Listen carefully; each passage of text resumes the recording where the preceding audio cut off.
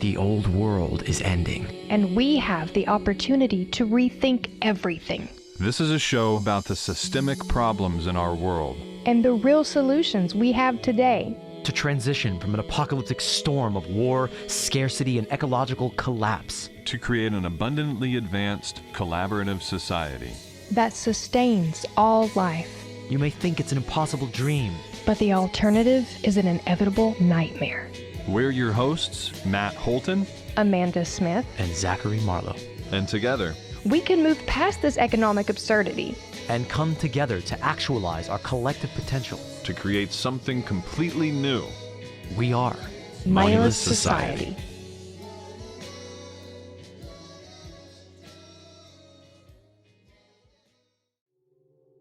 Welcome back to the Moneyless Society podcast. We have here with us today organizers of the U.S. General Strike movement, Lauren and Eliza. We were lucky enough to connect through mutuals here at Moneyless Society in our Signal chats and discovered we have so many alignments when it comes to the Moneyless Society concept and alleviating society, broader society, of the need to labor and work for access of resources we need to survive. And then the labor movement's mission to do the same, essentially, alleviate people's need to extensively work to access shelter, food, and water. But on top of that, of course, just get their hands on a living wage and have a chance. In today's economy, the chances of survival are increasingly more narrow. And I think that's something that a lot of people aren't paying heed to because we have normalized the struggle and the hustle to the point that we are shamed into thinking that we're just not good enough workers or hard enough workers if we're not surviving, if we're not having a life of leisure and luxury.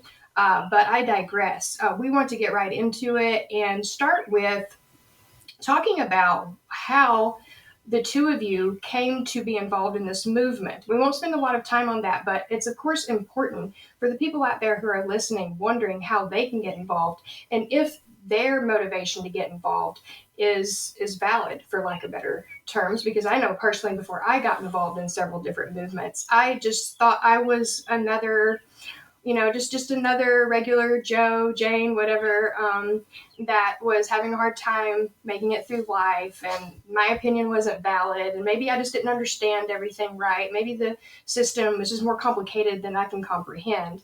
So it's really important to break those barriers down and show people that what they're feeling and what they're thinking is valid, that something isn't right. So we'll start with Eliza. Eliza, how did you arrive at this point? I arrived at this point, I think, through pretty common channels. I just was really noticing how things were not right. I grew up really privileged, really lucky, really fortunate. And I was just seeing how other people were not living like I was. I went to Honduras for about 6 weeks, and I lived with a family with 13 children in a mud hut. And I was truly blown away by just the diversity of economic disparity in the world and then in this country as well. So from there, I became a labor organizer, and that's really, how I got started in the labor movement. Wonderful, thanks for sharing. So basically, you got out of the country and seen the contrast. Yeah, something. Go ahead. What you were saying kind of brought something up for me, just how we've all gotten so normalized, right, to the way things are right now. And then you have glimmers of instances that pop up that snap you out of it and make you realize how truly wrong it is the way things are going. So Logan Grendel on Instagram, who's focused on infinity, and he's in our kind of strike network, put it so clearly with the murder of Jordan Neely on the subway and how in New York City, and how people just stood and watched and said, oh, he's having a dangerous mental health outburst while he was screaming, I don't have food, I don't have water, I'm starving, help me. Mm-hmm. And people just thought it was okay for him to be murdered in that moment. But really, what it was anyone in that level of desperation, in that moment of, like, as human beings, Logan put it so well, as human beings, we are meant to receive help when we need help. Yeah.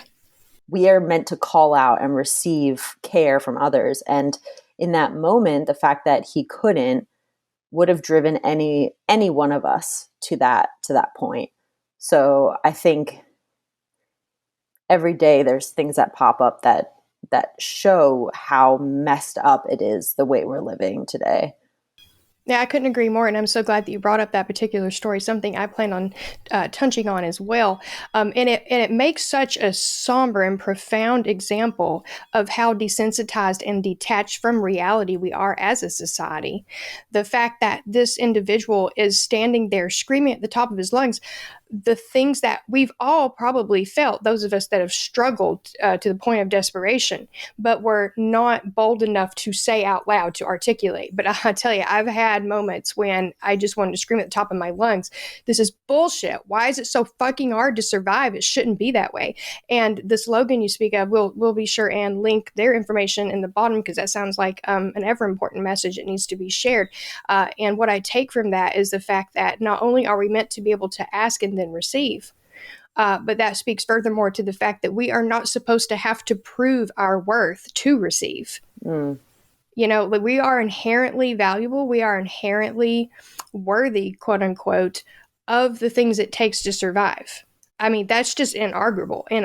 I'm hate to be absolutist or fundamentalist there, but I mean, trees need sun, water, and, you know, soil, whatever. Okay, we're humans. We need shelter, we need water, we need food, we need community. It's really no different just because we walk on 2 feet and have a consciousness.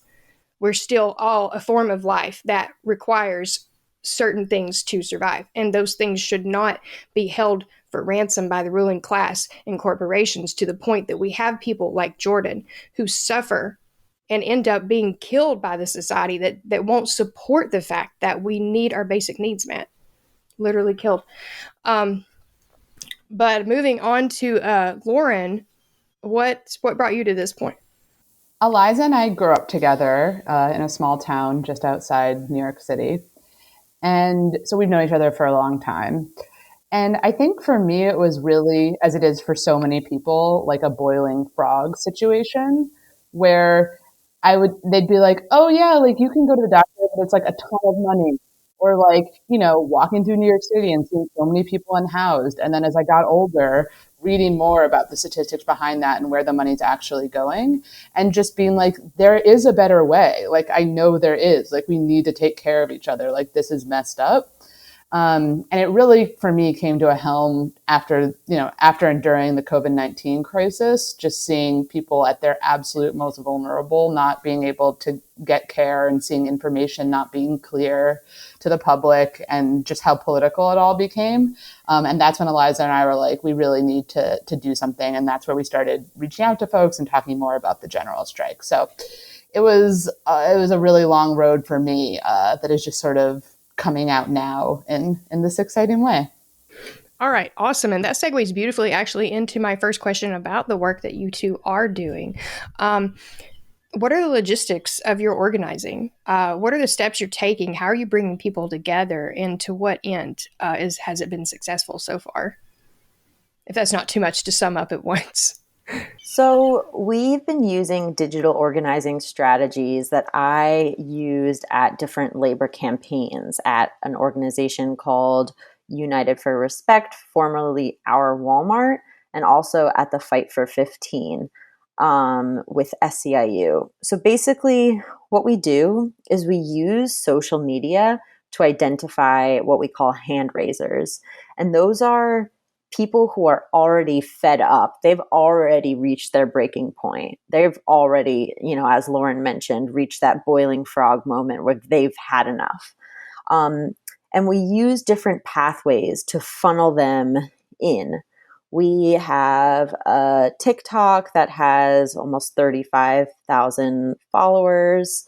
We have an Instagram. we have different kind of partners who are reaching out to people and talking about a general strike. Like And then, us.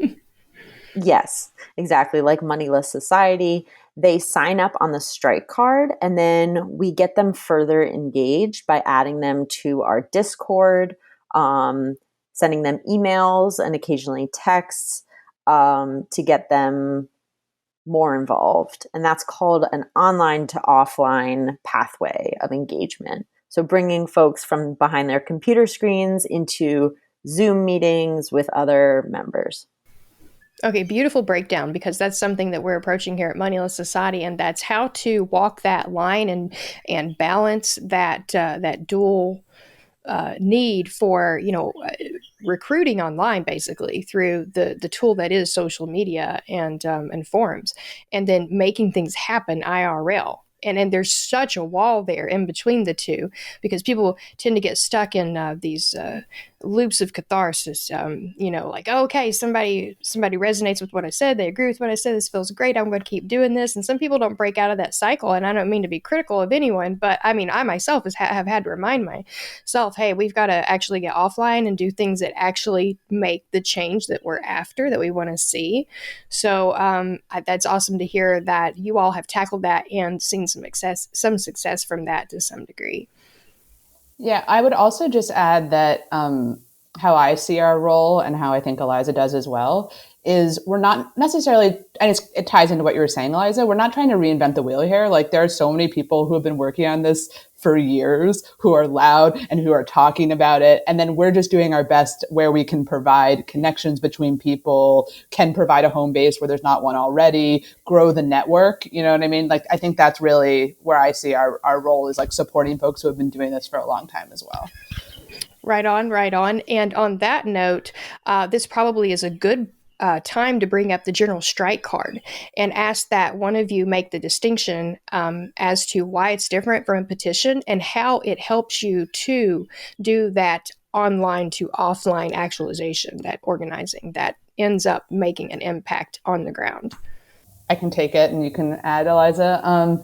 So what the digital strike card is, it was a really great idea that Eliza brought up to me because she's used a strike card in her past organizing efforts. And she was like, what if we make like a really simple thing? We'll put it online, like people can share it. It'll be a digital strike card. And so we were like, cool. And we talked to our friend who's a coder, and she made this super simple, super beautiful little card.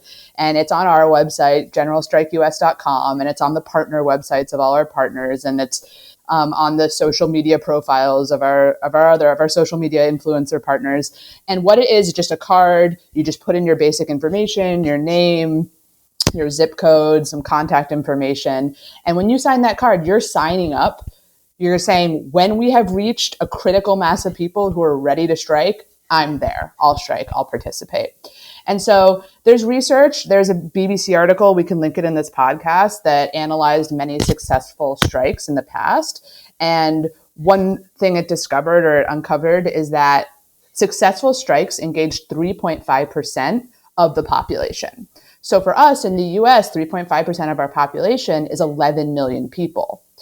So what we're doing is we're using that number to say, hey, when we have 11 million people committed to striking, we're ready to go. Like, we will be successful. So we're using that as a marker. And the strike card is a really important piece of that because it's our metric. It helps us know how close are we to strike day. A lot of strikes will pick a day. They'll say May Day, they'll say another day. And we support anyone who wants to strike. Don't get me wrong. Like, it's a process where we totally support other strikes. But what we're doing a little bit differently is we're saying, our strike day will be when we're ready. And the strike card is how we count how close we are to that day.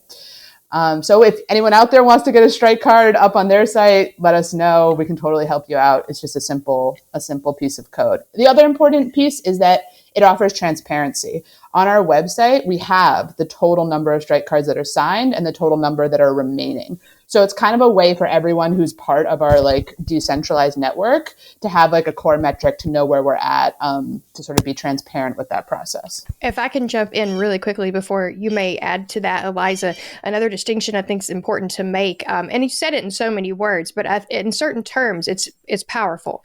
in signing a general strike card, you're pledging to be active, to actively participate in the subsequent steps it takes to materialize the demands that you all are asserting.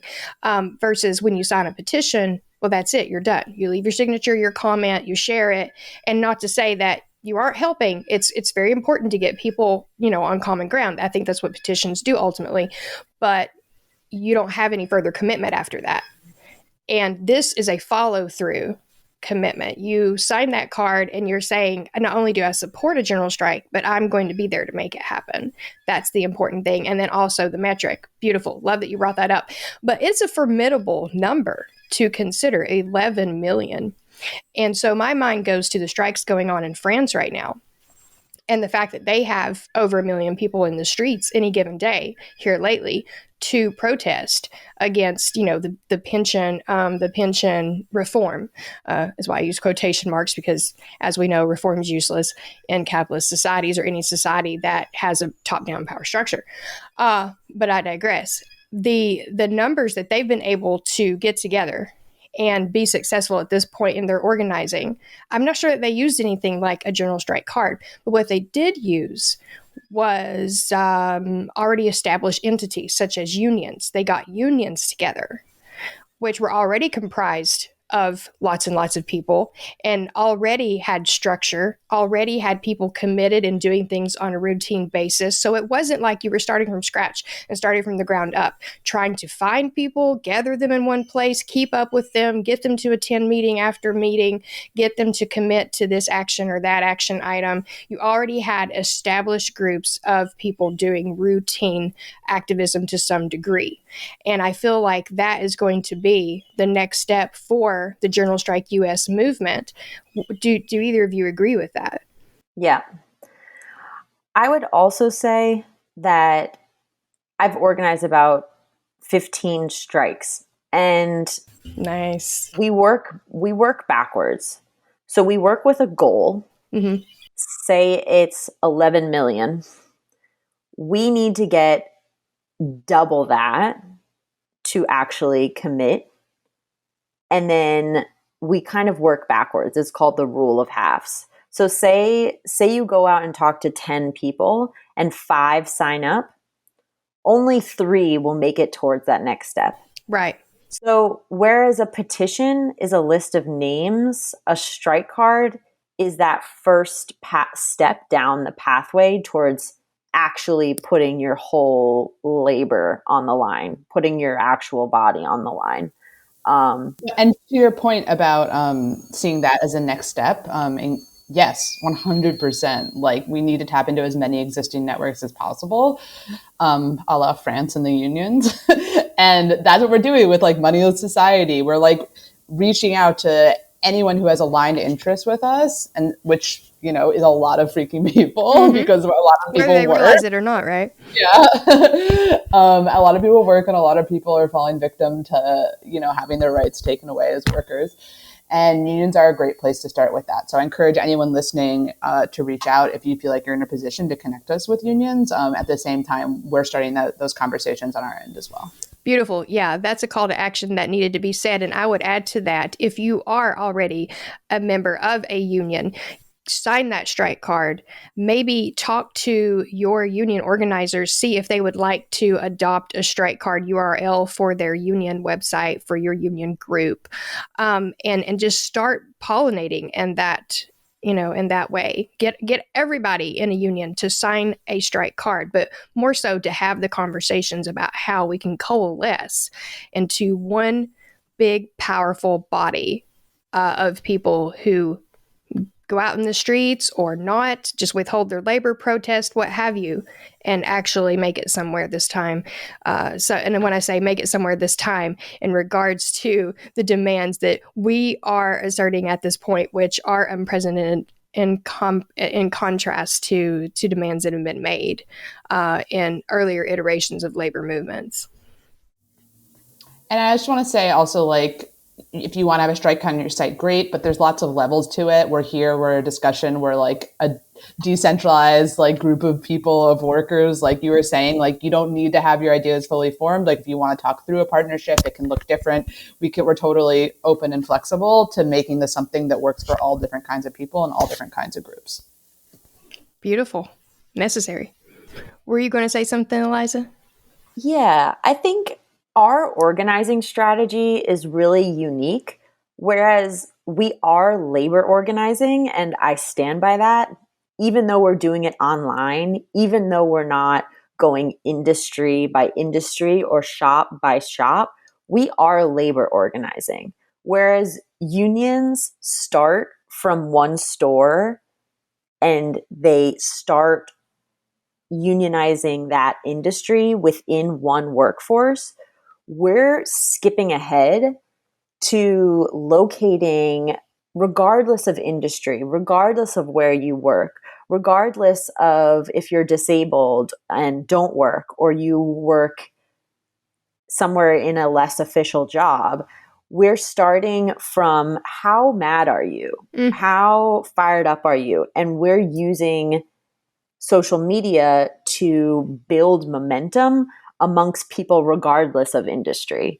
So we're going at it from a different direction, but that doesn't mean we all have the same goals in mind, if that makes sense. Oh, it makes perfect sense. It sounds like you're saying that the General Strike U.S. movement is the non-denominational hub in terms of industries when it comes to people coming together on the common ground that they're pissed and tired of working conditions, below living wages, you name it, and giving people that space to let everything else fall away as far as their respective industries go, and just fight together for everyone to receive the equality that we all deserve as the working class.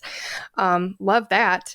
But before I go down a rabbit hole being all mad and start ranting and stuff, I have one more question when it comes to the general strike, the card, the way you're organizing, and speaking to trying to get unions to work together for this cause. One major pro that I perceive in getting unions to coalesce and other groups, and factions from different industries, is the fact that as entities, they have more weight in a lot of ways, but particularly they probably have a lot more resources that would help build the mutual aid network that is going to be necessary for a large scale strike. So if you get 10 people together, well, they may have 10 different skills that'll be helpful for that particular neighborhood that they live in. But if you get 10 unions together, then you've got money to help people pay their bills while you strike for a month. You've got legal protections. You've got just various forms of support that maybe individuals can't always, provide. Unions are essential to this effort. As someone who organized with unions with SEIU for many years, it's a David and Goliath battle. Trying to unionize McDonald's, trying to unionize Amazon. These corporations are so powerful and they overpower their workforce. So yes, while unions do have money by garnishing workers' paychecks and gathering dues, I believe that there are ways to build solidarity and build strike funds that are outside of unions. So the DSA fund is one that's doing it. The Amazon Labor Union, they haven't been officially recognized yet, but they have a large fund for worker solidarity, and they have a large strike fund. So while it is important to work with unions and to tap into the resources that unions provide, we believe that people power and a large number of workers is all we need to win. Right on. Because when you get, as you were saying before, Lauren, how is it said, a mass amount of people ready to tackle this issue all at once, then you've tipped the scales. You've you've won to some degree because the scales have tipped, and it's obvious that the people are unsettled and are not going to any longer accept anything less than what is deserved and what is demanded. So I totally agree with you there, Eliza, to a great degree. And it's interesting to learn that, I mean, we all know that, like the unrecognized Amazon union is, raising money, and a lot of people are out there raising money successfully. So it's just a matter, again, of getting everyone on the same page, on their common ground, whether you're coming from an unofficially recognized union or official union, or just an individual, or just somebody who's, tired of the 9 to 5 and barely making it by. There's a place for you in this movement. I'm going to peep my notes because we had so much to try and cover, and it's all so very important.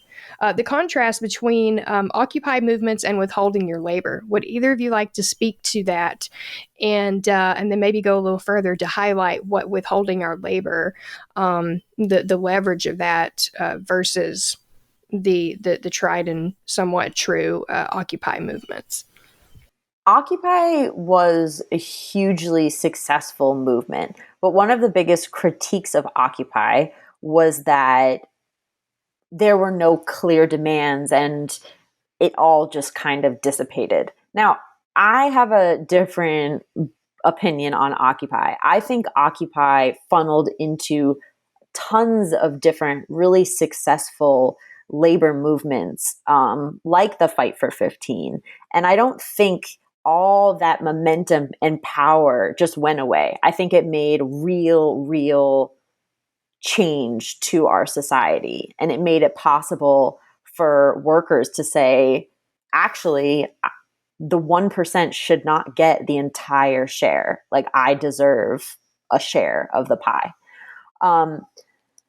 That said, I do think the general strike is different than Occupy, in the sense that we're taking it one step further and we're saying, okay, if we are the 99% and if the 1% is taking way more than their fair share, we need to take it back.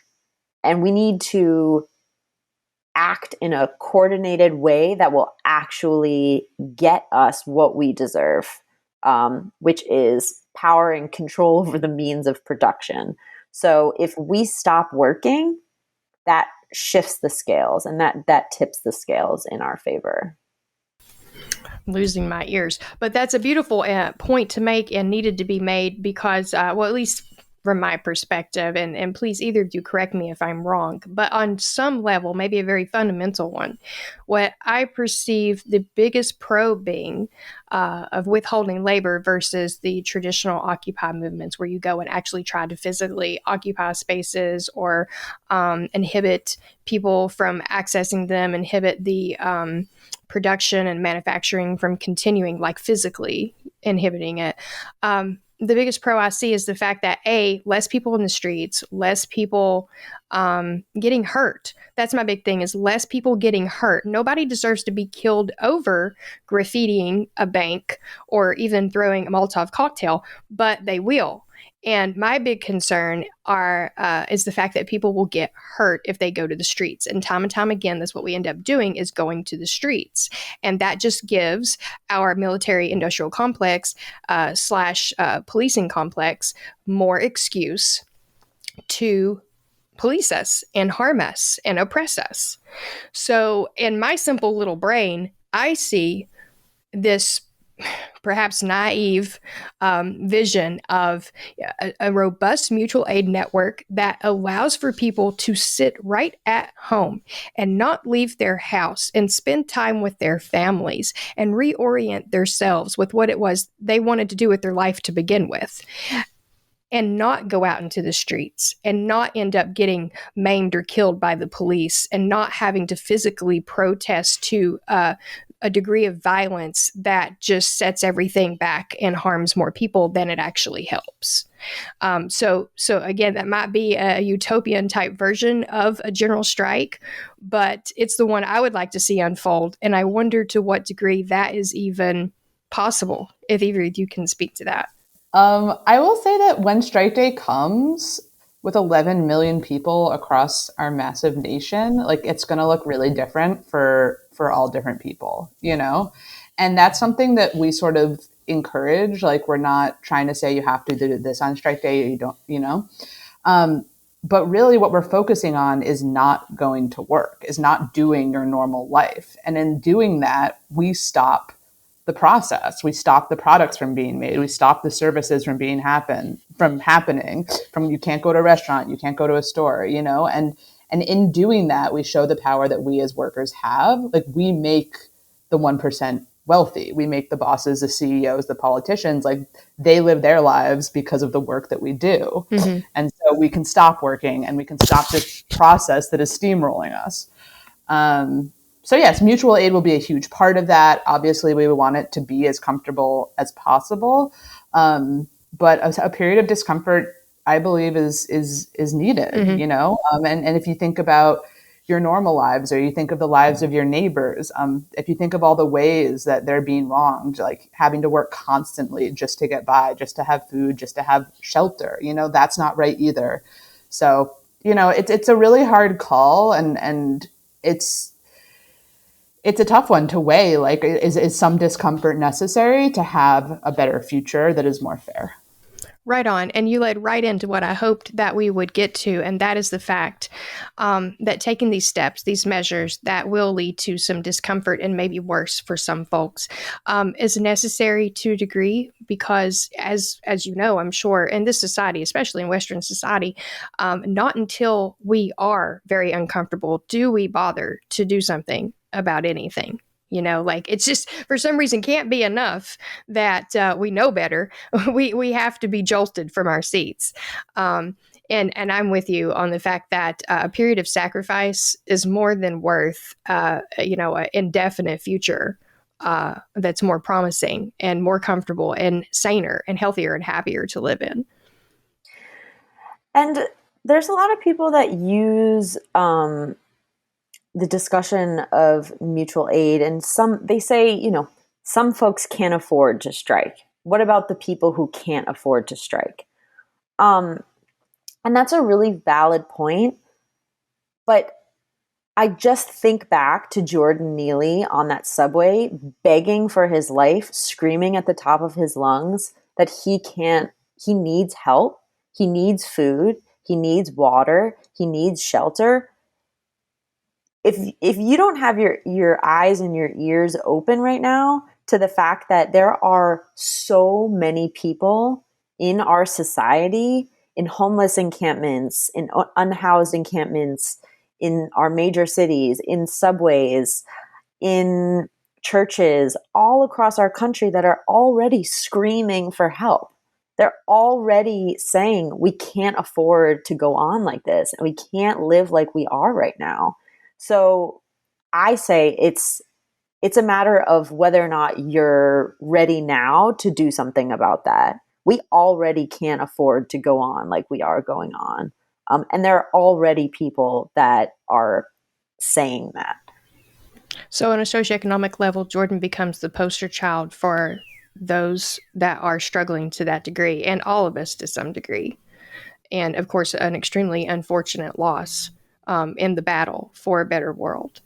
And when you say we really can't afford to keep going on like this, well, that's true on so many levels. And at this point, it's probably a good time to mention the climate breakdown aspect of the trajectory that we're currently on because of our excessive production of needless, trivial things and fossil fuel industry and all that jazz.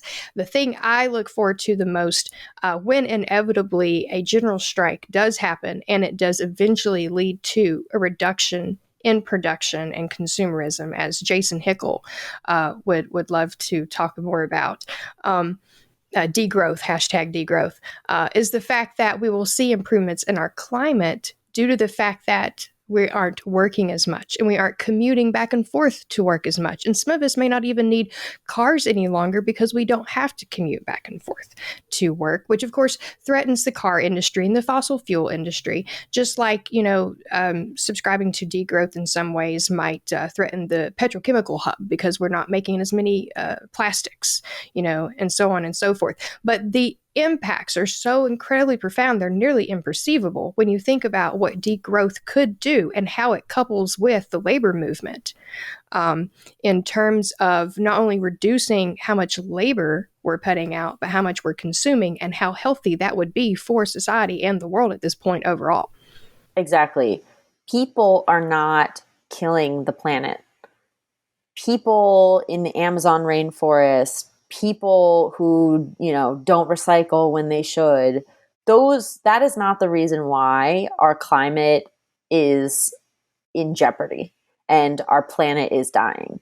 It is corporations and corporations that need to be stopped in order to save our planet. Yeah, and how do we stop them? We stop giving them our labor. And in turn, we stop supporting them through consumerism. And we do that by deciding as one big body of people who have had enough that we are no longer supporting the decimation of our world as we know it and our lives on a daily basis. Now, I know that you all needed to wrap up. Hard cut off here in a little bit. Is there anything that either of you would like to tell our listeners? And before I turn you loose on that, perhaps conjure up some of the spirit. Remind yourself of what's going on around the world right now, in France especially, and then, in the spirit of Jordan and that terrible loss. What is it we're faced with? What is it we need to do? Let's rally us all together and make this happen. Yeah, I just wanted to say, when we talked to Richard, he brought this up too, that when he was doing his work talking about how capitalism is not serving us, when he was doing it 10 years ago, he had to dance around the issue. He couldn't straightforwardly say what he wanted to say to the masses. And now things are different. I feel the tide changing. I feel, with COVID, with Occupy, like we're finally at a critical time due to the hard work of many people that came before us. We're like, this is in the discussion. It's in the zeitgeist. And it's so exciting. And I think so many people are saying, hey, we deserve more. And I just feel so inspired by our partners that we get to work with, like Moneyless, and just linking up with other people who are down. And so we can do this. And I'm just excited to see who else we get to connect with and to build this thing together. Right on. I would say people overcomplicate, what it is we're doing and what it is we need to change the world. And I think it's mostly people are coming at it from a place of fear. What will happen if we strike? Okay, if we don't have capitalism, what then? How will I buy a bike and get to enjoy it if there's no capitalism? How will I be able to strive for the quality of life that I want? And I just am so appreciative of Moneyless Society and other groups who are dreaming that future and giving us hope that even, after all is said and done, like we're just building something unknown. And it's scary, but it's also exciting to see what the possibilities are in the future. And we need people like Moneyless Society, people like Richard Wolff, people like, everyone right now dreaming about a general strike and what would happen after, because we need to create something that hasn't been done before. And that's really hard and that's really scary, but it is possible. So that's beautiful. Get at us. You can email us at info@generalstrikeus.com. Again, info@generalstrikeus.com. And we're there and we're checking it, and let's do something great together. Any other really important links or information that the viewers who are interested in getting involved need to know? Of course, we'll link everything in the bottom. Go to generalstrikeus.com and sign your strike card, because the sooner we get to 11 million, the sooner we can actually change this world. All right. Yeah, we're on all the things. We're on TikTok, we're on Insta, we're on there. But find whatever works for you. That's what we're all about. Like, we're out there. You know where to find us. But also, if you were uplifted or inspired by anything that was said today, you do not need permission from the General Strike, from Lauren, from myself, to go out and do what you do. build your own general strike movement. We do not own this fight. This is not our fight. This is everyone's fight. So please, if you had an idea of ways to take action, go forth and do. That is awesome. And everything that everyone needed to hear. Like you said, it is everyone's fight, and you don't need permission. As a good friend of mine in Northern California with a charity called Humanist Global Charity says, you don't need to ask permission to be free. We're inherently free, but then we're stuck into this system that makes us labor and purchase our right to live. And that's just not the way it's supposed to be. And we're here to change that together, and each in our own ways. You too, with the labor movement and all the people that are behind you, and us here at Moneyless Society, as you said, working on the new, emergent, and sometimes scary world that will meet our needs more abundantly and equitably than anyone's ever seen in the history of humankind. It's yet to come, and it's imminent, and that's the most beautiful thing. Even if we don't get to see it in our time, we have made it happen by taking steps, being bold enough to step forward and raise our voices and let people know that they have options. That's what it comes down to, is reminding people that it doesn't have to be this way. If the general strike is anything, and if we accomplish anything, I hope that we can show people that they have power and that they can use it by withholding their labor and by putting their energy towards what they want to see happen in the world. And the more people who know their own power, the better this world is going to be. So Couldn't agree with that more. Well, thank you for all that you have invested into making the world a better place. It has been such an honor working with the two of you throughout this month or so, especially, getting to have that conversation with Professor Wolff. I think that we're all on the right track here, and we're headed in the right direction. Next time somebody tells you capitalism created the world, just very simply correct them. No, labor did. Human beings created this world. Human creativity, ingenuity, science, and ultimately collaboration created the world that we live in today. And by that same principle, this episode was created by human labor, by the labor of love that is Moneyless Society, a teamwork, an organization, an operation that is growing in size, scope, and scale, that takes a lot of hands to get this brilliant, beautiful content that we know you love so much. So if you love what we do, please support us. Support us on Patreon. You can donate directly through our website. We have a nonprofit, so it's tax deductible. The more donations we have, the more resources we have coming in, the more we can do this full time, the more people we can have doing it, and the more we can work to build a better world, to do what we say we are doing, to put food in people's bellies, to create new networks, to create an organized effort to meet our needs together and to do something bigger than we could do alone. So if this episode touched you, reach out, get involved, join us.